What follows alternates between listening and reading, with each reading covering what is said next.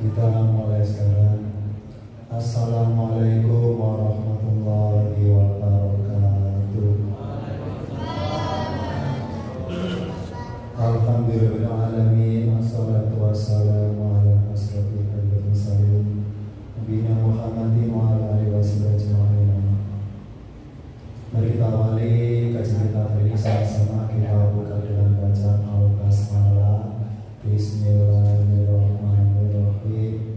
Pada pertemuan kali ini materinya bermuatan ulumul Quran, ilmu pelajari periknya Quran, perniknya Quran.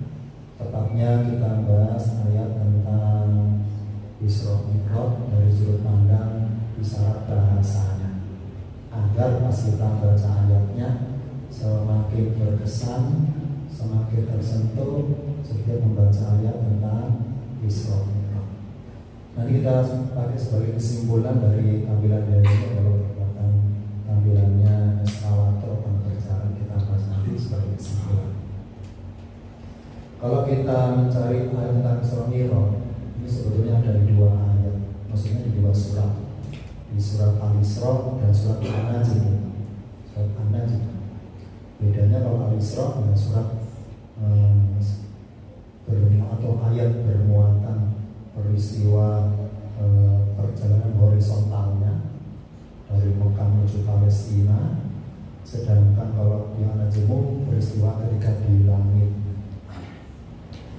Saya baca di perkalimat dari Al-Isra ayat 1. Bismillahirrahmanirrahim. Subhanalladzi asra bi 'abdihi lailan minal masjidil haram ilal masjidil aqsa.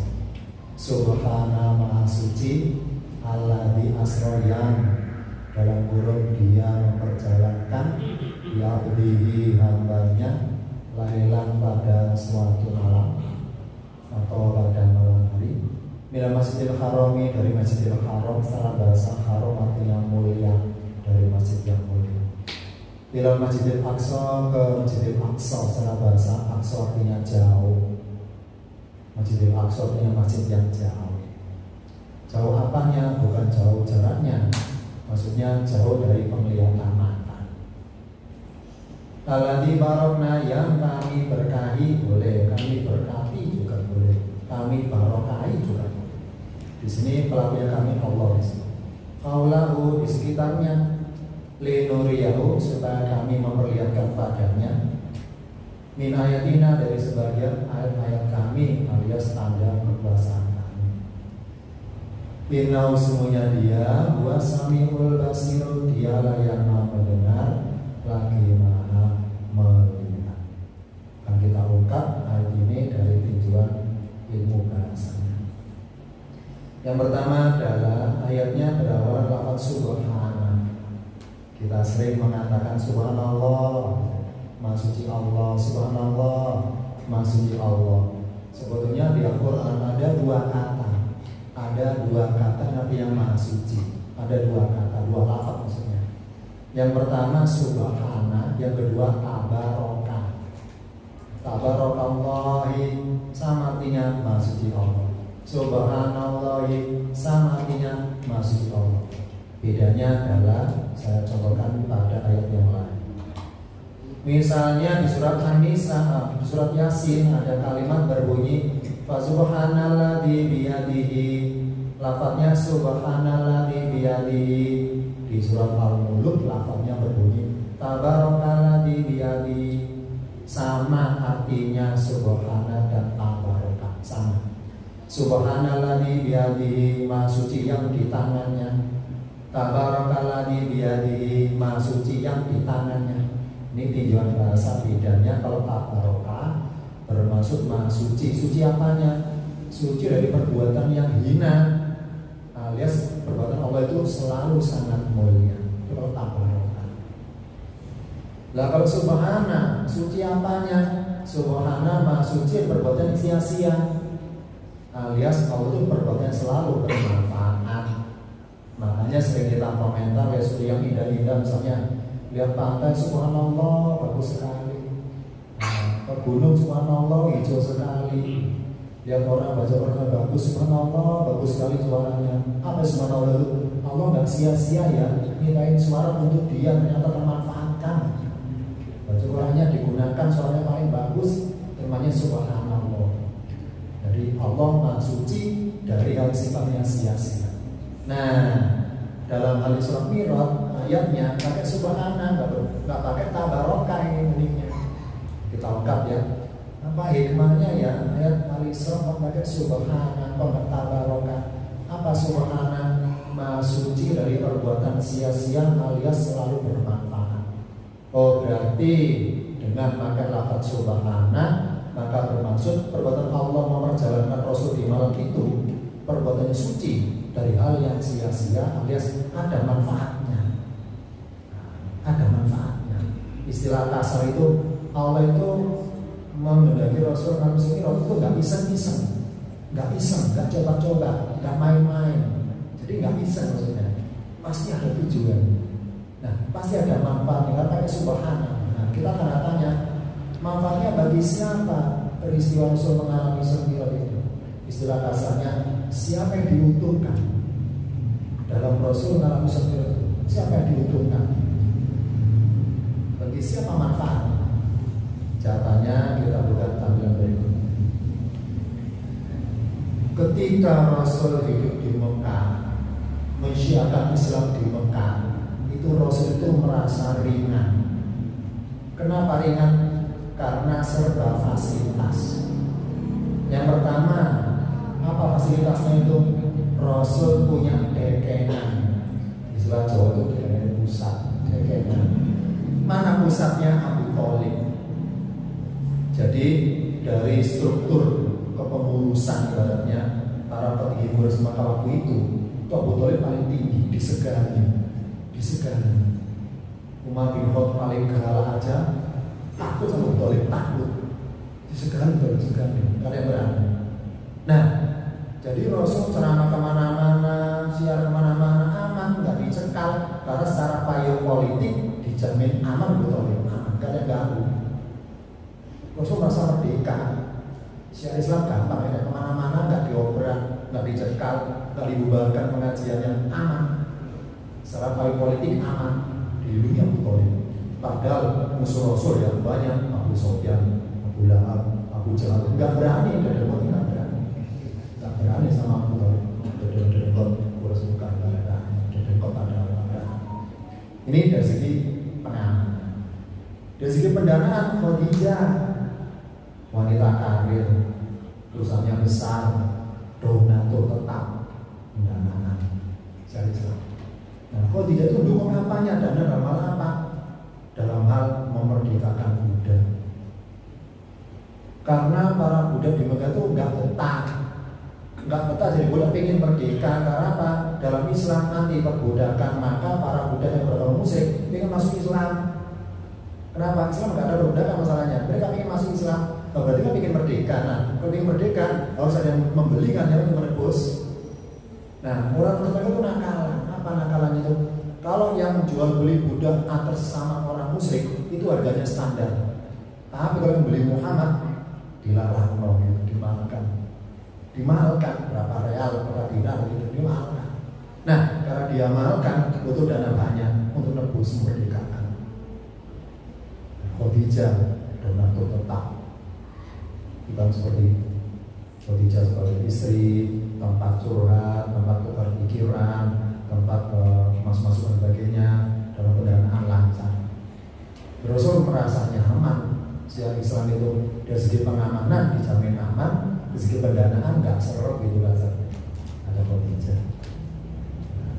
Nah, ketika Rasul berpotensi menggantungkan nasib syiar Islam kepada dua orang ini, maka oleh Allah ini kita nggak bahas takdir ya.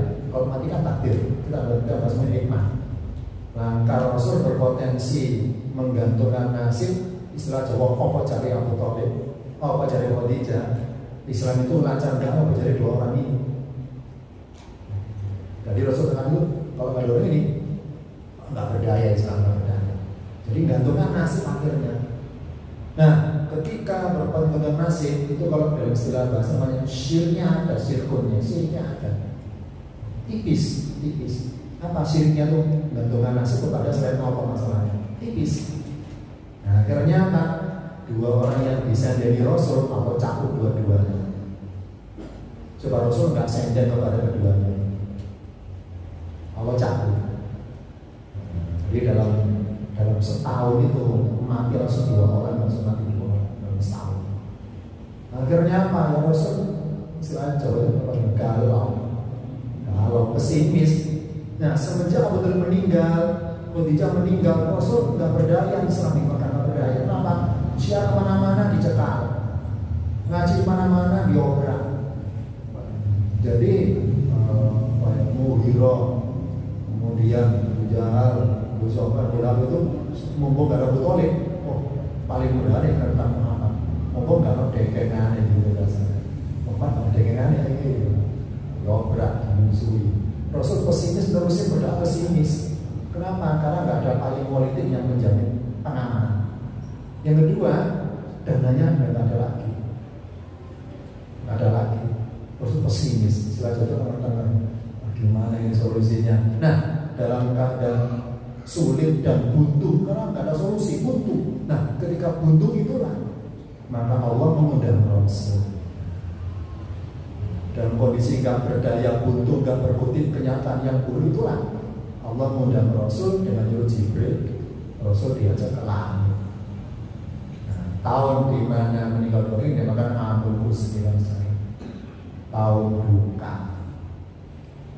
Rasul duka sekali, duka secara pribadi tinggal istri Khadijah, secara pribadi tinggal paman Abu Thalib, tapi secara dinas kerasulan ditinggal dua orang penguat Islam ini, karena aktivis dua orang ini aktivisnya. Jadi Rasul galau, karena sedih, duka, nestapanan, lara ibaratnya. Maka Rasul diundang Allah ke langit, diajak namanya istilah namanya wisata religi. Wisata religi, supaya terhibur, bulan bisa Mi'raj, supaya semangat lagi dampaknya meskipun nggak ada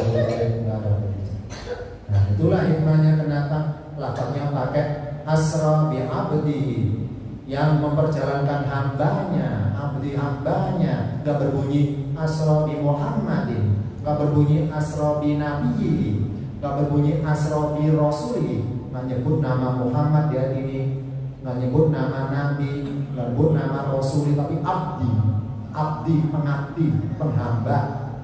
Karena ketika Rasul masih didatangi dua orang ini, Rasul menggambarkan diri, menggantungkan nasib jadi abdunya Abu Thalib. Muhammad jadi abdunya Khadijah. Apa abdu? Pengabdi.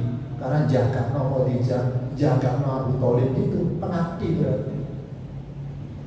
Nah, akhirnya Allah putuskan namanya faslun, diputus kepada Muhammad, diputus. Jadi sepeninggal Abu Khadijah, maka terputuslah harus bersamanya supaya bersama kepada abdihi. Itu Allah sudah dari Abdullah lagi. Rasul sebagai Abdullah, tidak abdunya Abi Thalib, tidak abdunya Khadijah, tapi Abdullah, supaya balik menjadi abdihi lagi. Jadi Allah kata abdi karena latar belakang peristiwa bermula dari Muhammad berarti dari abdi Abu Thalib, mengabdi ke Khadijah, mengabdi ke Abu Thalib. Nah, karena mengabdi kepada Allah, Allah cabut itu yang di dijaga Rasul. Allah cabut, maka faslun artinya putus. Kalau faslun nyambung, supaya nyambung lagi ke Allah. Ini pakai lafaz abdi, tidak bahasa, isyarat bahasa abdi. Hambanya bahwa Muhammad tidak lagi jadi hamba bagi Abu Thalib, bahwa Muhammad tidak lagi jadi hamba bagi Khadijah, tapi hambanya Allah. Lailan pada malam hari. Kemana atau di mana? Minal Masjidil Harami, dari Masjidil Haram, ilal Masjidil Aqsa, ke Masjidil Aqsa. Ila itu ke itu masih UTW menuju, ke itu menuju, ila. Beda dengan hatta, misalnya berbunyi ila Masjidil Harami hatta Masjidil Aqsa. Kalau hatta itu bermaksud dari awal sampai akhir. Kalau ila itu dari awal sampai UTW, belum jalan nyampe nya. Nah, karena pakai ila itu menuju. Pertama kali muncul Masjidil Aqsa di Al-Quran di Al-Isra ayat 1. Tapi Masjidil Haram muncul berkali-kali sebelumnya. Di Al-Baqarah 144, 149, 50, 91, 96, 17. Di Al-Maidah muncul 2 dan 97 ayatnya. Di Al-Anfal 34 atau 47 dan juga 19 atau 28. Nah, baru ilah itu ke Masjidil Aqsa, ke lafaz ayat yang ada kata-kata Masjidil Aqsa.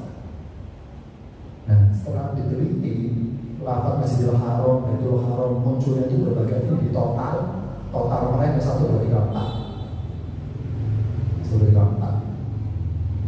Minal Masjidil Haram dari Al-Baqarah ila Masjidil Aqsa menuju Al-Isra. Itu Masjidil Haram berkali-kali lewatnya. Totalnya 1, 2, 3, 4. Ini angka apa ini? Gak ada angka sia-sia di Al-Quran, selalu termanfaatkan. Angka apa ini? Dari Al-Baqarah ila itu menuju ke surah Isra. Jadi dari sampai At-Taubah menuju Isra 1, 2, 3, 4. Ternyata akan diteliti oleh para ilmuwan 1, 2, 3, 4 adalah jarak Masjidil Haram Masjidil Aqsa 1034 km. Ini kata Mbak Google. Kita punya Mbak Google Map. Kita punya Mbak. Ini kata Mbak Google Map. Ini dari Masjidil Haram Masjidil Aqsa 1, 2, 3, 4 km. Oh, berarti Masjidil Haram berapa kali dari Baqarah sampai At-Taubah baru muncul Al-Isra Masjidil Aqsa 4 menuju Masjidil Aqsa. Masjidil Aqsa itu yang mana sih yang dikatakan setelah masjid yang jauh kemana? Kalau dalam gambar ini ke bagian yang atas. Jadi Masjidil Aqsa itu satu komplek, satu kaplingan, satu tembok, satu komplek dengan bangunan namanya Baitul Maqdis. Kalau dia kan Baitul Maqdis rumah suci, Masjidil Aqsa masjid yang jauh, satu komplek, satu pagar. Nah kalau Kubah Masjid Siginam ini Baitul Maqdis tempat peribadatan orang Yahudi. Sedangkan Masjidil Aqsa tempat orang Islam. Ini bedanya apa? Pembatasnya apa? Cemara ini pembatasnya. Rasul menuju ke ila Masjidil Aqsa, ke sini, ke Masjidil Aqsa, tidak ke Baitul Maqdis bangunan Yahudi, tidak, tapi ke sini, ke arah Masjidil Aqsa. Maaf ini fotonya tahun 90-an agak kurang. Ini kalau diperbesar Masjidil Aqsa-nya seperti ini. Sebenarnya kubahnya hijau sebetulnya kan yang Cina baru, jadi karena fotonya tahun 90-an kurang, maka lebih kayak hitam gitu. Masjidil Aqsa, masjid yang jauh. Tujuan latar Masjidil Haram, Masjidil Aqsa. Lanjutan ayatnya, alladzi barakna, yang kami berkahi haulahu di sekitarnya, linuriyahu. Ini tujuannya. Oh, berarti manfaatnya untuk Muhammad itu peristiwa seperti itu, supaya beliau terhibur, jadi semangat lagi berdakwahnya sepulang dari Isra Mi'raj nanti, supaya nggak pesimis berdakwahnya meskipun nggak didekani oleh Abu Thalib dan Khadijah. Linuriyahu, supaya kami perlihatkan kepadanya. Berarti Allah ingin menghibur Rasul dengan Allah tayang-tayangkan suatu ibadahnya secara live, secara kasat mata, secara live di langit itu. Maka penglihatan Rasul tidak ada lagi hijab atau pembatas yang menghalangi, sehingga kemampuan melihat itu melebihi dari yang lain. Jadi ibaratnya antara para nabi yang banyak itu, Nabi Muhammad itu paling apanya? Penglihatan itu paling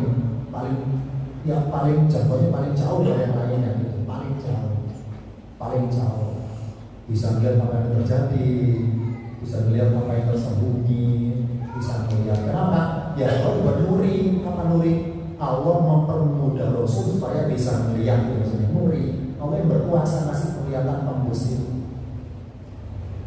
Karena Allah menciptakan kata kerja atau fi'il roha. Apa roha? Melihat. Di Al-Quran kata kerja fi'il roha itu Allah ciptakan dua macam. Yang pertama untuk umum dan untuk khusus. Contoh misalnya dalam kisah Ibrahim di Al-An'am, falamma, maka ketika jana alaihi, telah gelap atasnya, alailu, malamnya Ibrahim, roha, dia melihat kaukaban, bintang. Qala, dia berkata, ada Rabbi, inikah Tuhanku. Ro'a, Ibrahim melihat Ro'a. Contoh kedua dalam kisah Nabi Yusuf, walaqad, dan sungguh benar-benar hamad bihi, dia si perempuan namanya Zulaikha ingin berbuat dengannya. Wa hamma biya, dan Yusuf pun laki-laki normal ingin juga berbuat dengannya. Laula, jikalau tidak, laula an ro'a, jikalau dia tidak melihat apa? Burhana Rabbihi, isyarat petunjuk dari Tuhannya. Jadi fi'il kata kerja ro'a, melihat, itu Allah pakaikan kepada Ibrahim. Tulisannya ro'a itu ro hamzah alif, dibaca pakai matobiyah. Ro'a hamzah sebelah kanan, alifnya sebelah kiri. Ro'a.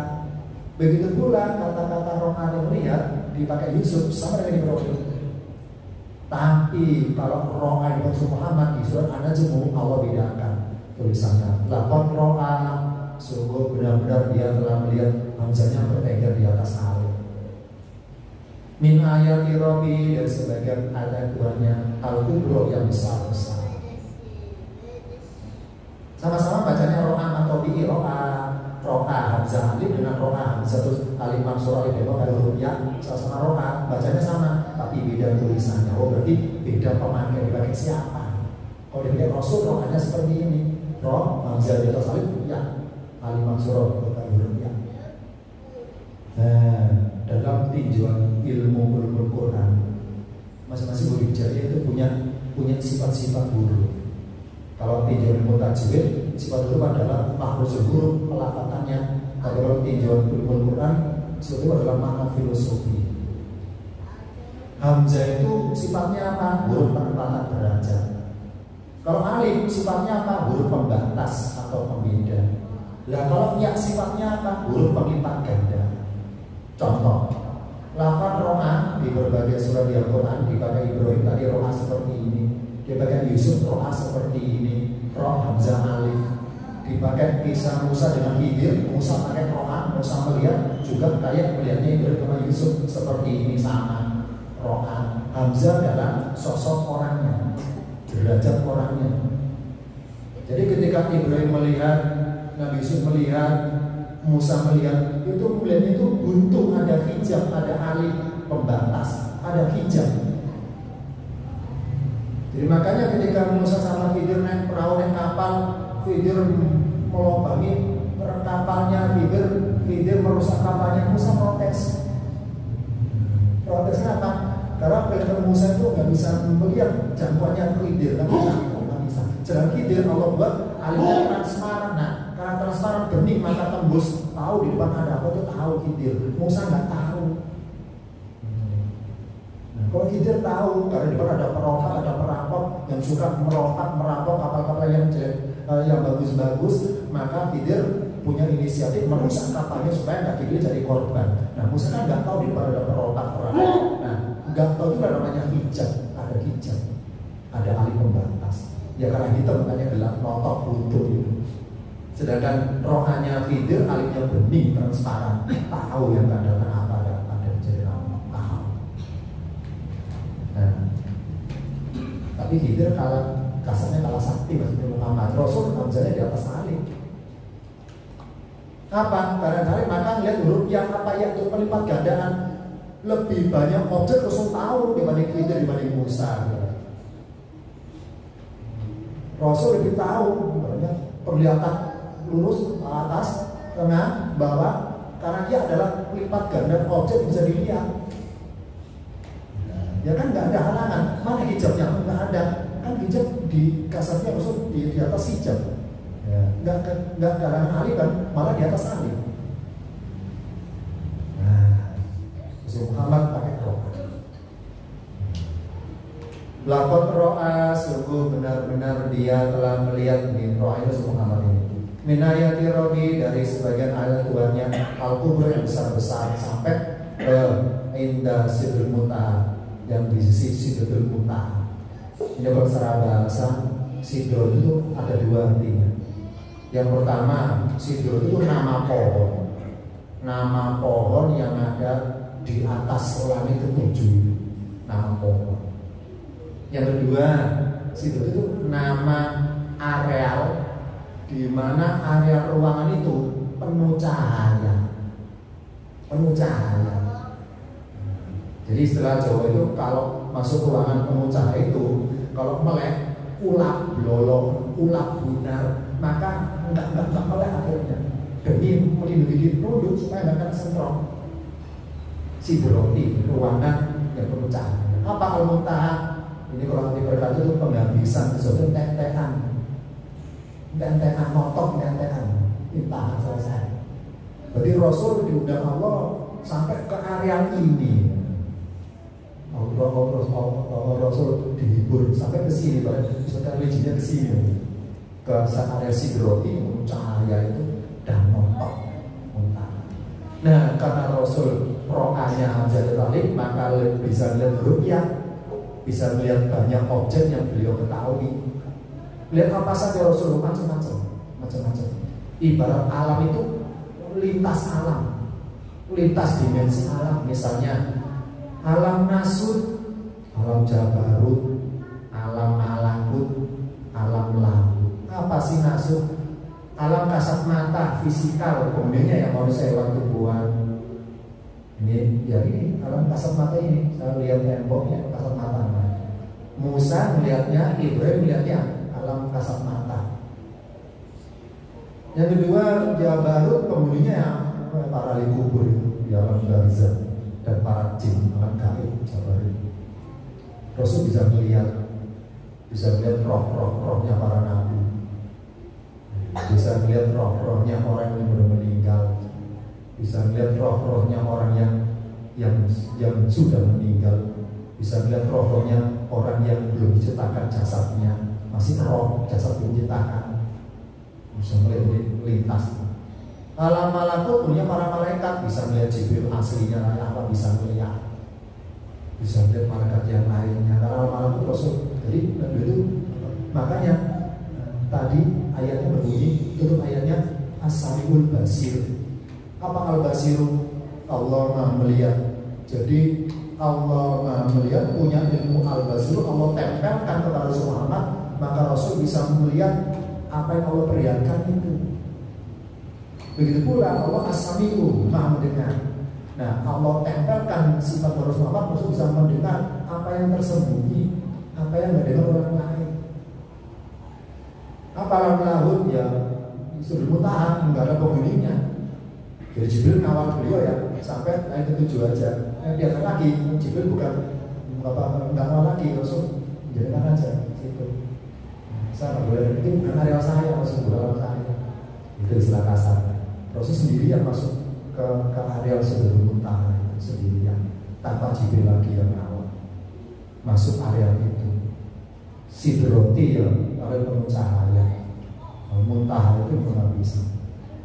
Ya karena nggak ada apa penghuninya, ya sendirian. Di situ sendirian diam, sendirian diam. Nah, diamnya itulah Allah mengawali menyapa. Assalamualaikum ya Nabi.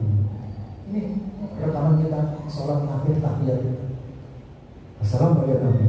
Rasul bilang jawabnya Waalaikumsalam, nggak gitu. Salam dari Allah, Rasul bagi kepada yang lainnya. Assalamualaikum warahmatullahi wabarakatuh. Rasul bagi-bagi kepada yang lain sampai dari Allah. Diam Rasul. Nah, ini selesai ya. Sekarang kita bahas Rasul sudah meninggal, kita zamannya Rasul sudah tidak ada. Suatu ketika ada orang pada Abu Hurairah, kita sekali biar dialognya dramatis saya berkata. Ya Abu Hurairah, misalnya Rasul masih hidup saat ini, tanya beliau. Terus ketika Abu Hurairah tanya seorang maksudnya, Abu Hurairah, misal Rasul masih hidup saat ini, tanya beliau. Nah, beliau tanya, emangnya kamu mau nanya apa kepada Rasul? Saya ingin tanya, Rasul dulu ketika di Muntaha itu melihat Allah apa tidak? Saya ingin tahu depan beliau langsung dan Rasul langsung. Apa kata beliau? Kamu telat, aku di sini. Aku udah duluan kan seperti itu sama Rasul. Kamu telat, kamu di sini. Apa jawab Rasul?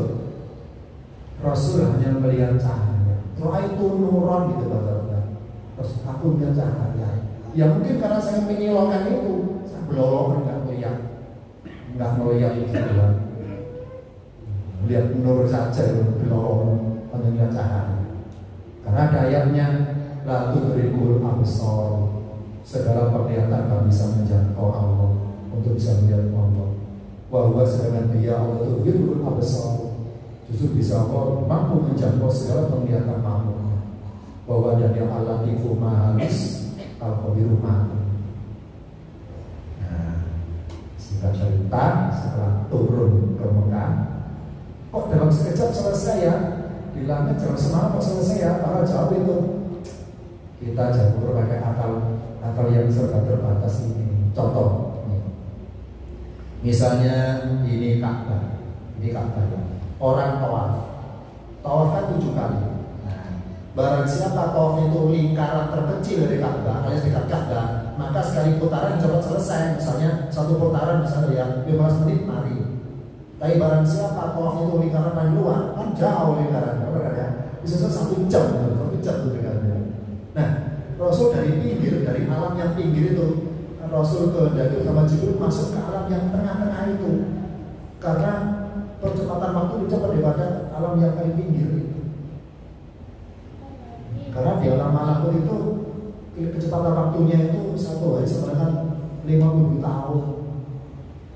Komsina malaikat. Jadi 1 hari di alam malaikat itu di dunia 50 tahun. Nah sekarang di dunia tahun berapa? 2000-an. Jadi di alam malaikat belum sehari. Gitu. 1 hari 50 tahun. Jadi Rasul masuk ke alam yang paling cepat waktunya itu, muternya itu. Makanya dalam semalam Rasul mengalami apapun lengkap, tamat maksudnya dalam semalam. Karena semalamnya di alam dunia itu di langit sana enggak semalam, lama itu sana.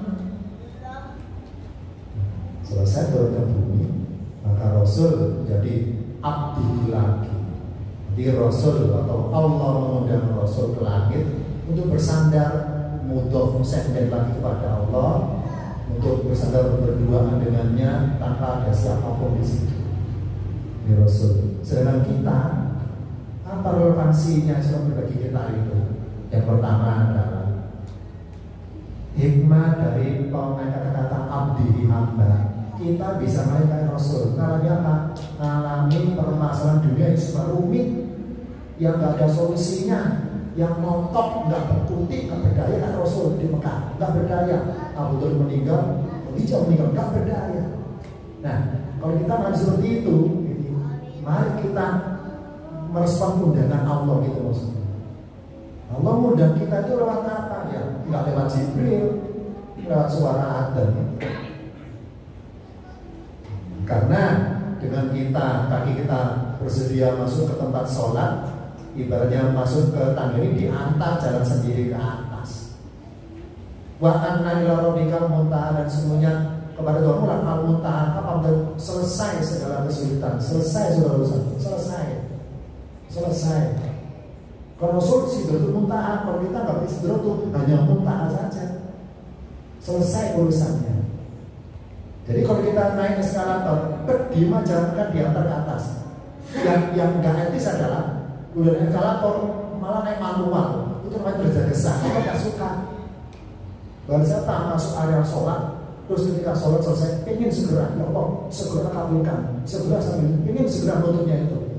Jadi bikin itu bang, itu yang seperti orang yang eskalator naik manual, kamu nggak suka, diam aja, diam pasrah ridhonya itu, kalau kan antar tarik ke atas. Jadi istilah Jawa, ketika masuk area eskalator, maksudnya tingkah, diam aja, ridho diapain Allah, ridho dengan keputusannya, ridho makanya diantar akan muntaha, selesai urusannya. Tapi kalau benar sih sholat, tapi kepada Allah itu banyak mengeluhnya, banyak sambatannya, banyak nuntutnya, ya berarti kalau eskalator umum ibaratnya nggak diem. Ya kalau umum maka nggak etis, Allah buat kecepatannya seperti itu, pelan-pelan memang eskalatornya. Sama kita, saya kok berdoa tahun mengalami ya, memang Anda eskalator di ngaturnya gitu, entah berapa tahun baru nyampe kan. Jadi masing-masing orang beda kecepatan tangganya ke atas. Ada yang buanter, ada yang pelan. Mari kita ridho, terserah tangganya seberapa kecepatannya, diam aja diam. Jadi terserah Allah untuk narik kita cepat apa enggak kehadirannya itu. Apa itu? Ridho. Kalau ridhonya ada, maka dia aman. Tapi kalau ridhonya nggak ada, gelisah, kubur, sebagainya ngomong di sini, ya nggak etis. Nah, berarti yang pertama kesimpulannya adalah mari kita kalau kayak Rasul mengalami permasalahan yang buntu, nggak ada solusinya, nah kita mari merespon undangan Allah. Allah undang, tiap hari undang ke amalan sholat. Karena sholat saja lah, kita tuh al-muntaha, selesai segala urusan, selesai. Ini yang pertama. Kedua adalah mari ketika kita sholat itu atau dalam berdoa misalnya, silakan apapun yang kita silakan dicurhatkan, tapi jangan bermuatan dikte, jangan buatan nuntut. Ya, kayaknya maunya kita itu paling baik, kalau nuntut kan tahu yang terbaik. Ridho saja. Kalau ridho di atas sampai muntah, apa muntah selesai urusannya. Lah kalau umum aja ya berarti orang beradab nggak selesai. Allah buat instrukturnya lah mandek gitu, maksudnya nggak ke atas, mandek. Kalau ridhonya ada, dia macam rela, ridho akan jalan terus, jangan berontak. Ini mari kita seperti Rasul yang nyata ketika manusia yang buntu, masalah dunia yang buntu dan sebagainya, mari kembali jadi abdi lagi, jadi hambanya lagi, jadi dari hamba kepada yang lainnya. Istilah kasar, jangan jaga kepada kebendaan, jangan mengandalkan kepada selain Allah. Contoh misalnya, saya tuh sakit, minum ini, obat ini mau sembuh. Jadi apa? Ngawur makannya dengan apa? Nggak masalah kalau umat kan ada ini, rumahnya bantuan nasi namanya. Jadi makannya ngawur dengan harapan nggak masalah, kan ada obat ini.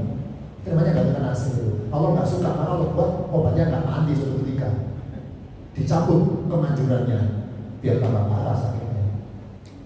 Jangan itu, jangan orang ada obat ini, ya harus sembuh, jangan itu. Itu namanya bantuan nasi. Nah, ini hikmah dari beberapa isyarat bahasa dari lafaz beliau tadi. Semoga kita bisa bermanfaat, kita semangat dalam beribadah, dan semoga apa yang Rasul alami dan kita pun kalau kami kayak beliau, kita mari seperti beliau. Jadi kita itu ridho, dikirim kemana Allah, dikirim ke Rasul, dikirim kemana aja rutenya. Oh masih Rasul dulu, baru ke langit bisa main ridho apa cari Allah mengambil kemana rutenya, sama kita seperti itu. Agar setiap kita sholat merasa diantar kehadirannya. Demikian singkat dari hari ini. Sebelum diakhiri, barangkali tanyakan sebenarnya dari materi kita. Kalau nggak ada nanti filenya dibagikan di grup oleh Bapak-Bapaknya. Kita akhiri baca Alhamdulillahirabbil alamin. Subhanallah bihamdika asyhadu an la ilaha illa anta astaghfiruka wa atubu ilaik. Aku berkalam. Wassalamualaikum warahmatullahi wabarakatuh.